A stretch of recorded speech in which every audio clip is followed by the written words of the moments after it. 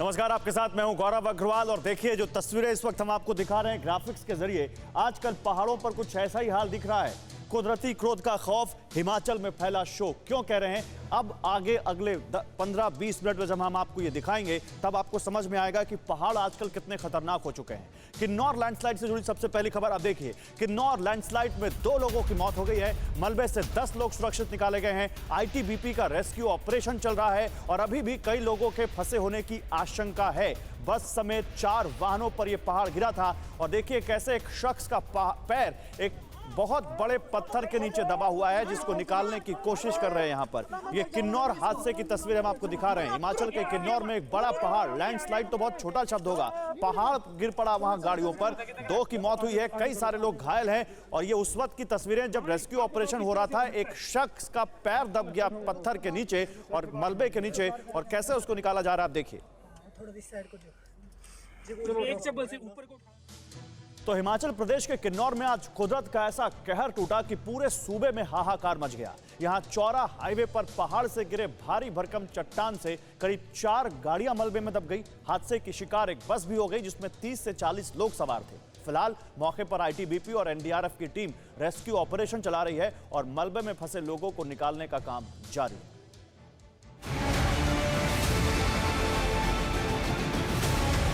हिमाचल में टूटा पहाड़, हाईवे पर मचा हाहाकार। सड़क पर मुसीबत के बरसात, दर्जनों जिंदगियों पर आफत। भीषण गर्जना के साथ पहाड़ की चोटियों से गिरती इन चट्टानों को देखकर वहां मौजूद लोगों की चीख निकल गई। करीब 50 फीट की ऊंचाई से गिरते पत्थरों की चपेट में जो भी गाड़ियां आईं उनका कचूमर निकल गया। किन्नौर जिले के चौरा के पास नेशनल हाईवे पर हुए हादसे के बाद एक सफेद रंग की कार, एक ट्रक और एक बस मलबे में दबी हुई देखी जा सकती है। मगर इन गाड़ियों में सवार लोगों का क्या हुआ, इसका अंदाजा लगाना मुश्किल है।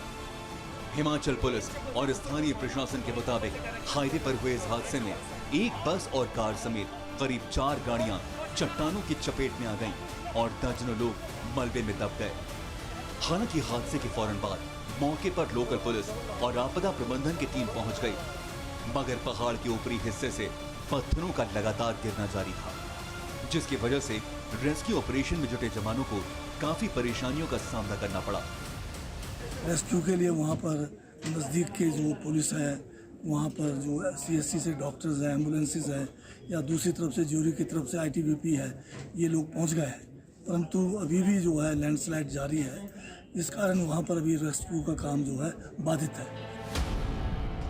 बताया जा रहा है कि हादसे में सबसे ज्यादा नुकसान बस को पहुंचा, जिसमें 35 से 40 लोग सवार थे।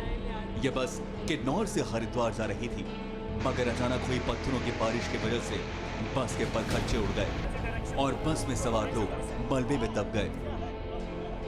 तुरंत जो है अभी मैं सदन से बाहर अभी निकला ही हूँ और मैंने अधिकारियों को उसी वक्त ही कह दिया, संदेश दे दिया है कि जो बेस्ट पॉसिबल जो है रेस्क्यू ऑपरेशन के लिए वहाँ पर किया जा सकता है वो किया जाए।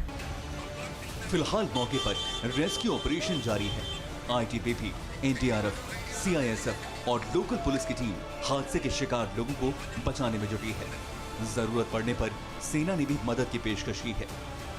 गृह मंत्री अमित शाह ने भी हादसे के बारे में हिमाचल के सीएम जयराम ठाकुर से बात की और हर संभव मदद का भरोसा दिलाया।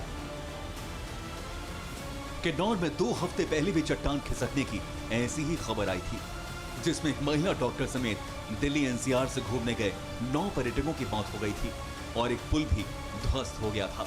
यह हादसा सांगला घाटी में हुआ था। घटना के बाद सरकार की तरफ से पहाड़ टूटने की वजह की जांच के आदेश भी दिए गए थे, जिसके लिए चंडीगढ़ से जियोलॉजिकल सर्वे की टीम मौके पर पहुंची थी। साथ ही ये भी निर्देश जारी किए गए थे कि बरसात के मौसम में पर्यटक ऐसी जगहों पर घूमने ना जाएं। मगर 2 हफ्ते बाद ही एक बार फिर किन्नौर पर कुदरती आफत टूटी और दर्जनों जिंदगियां मुसीबत में आ गईं। मलबे में करीब 50 लोगों के फंसे होने की आशंका है, जिनमें से कुछ घायलों को निकाला भी जा चुका है और बाकियों की तलाश जारी है। Bureau report, TV9 Bharatvarsh. हमने की गलती फिर एक बार, कोरोना ने किया दोबारा प्रहार। मास्क, 2 गज दूरी, करें अपनी सुरक्षा पूरी। कोरोना टीका हम सबको लगाना है, मिलकर साथ समझदारी से कोरोना को हराना है।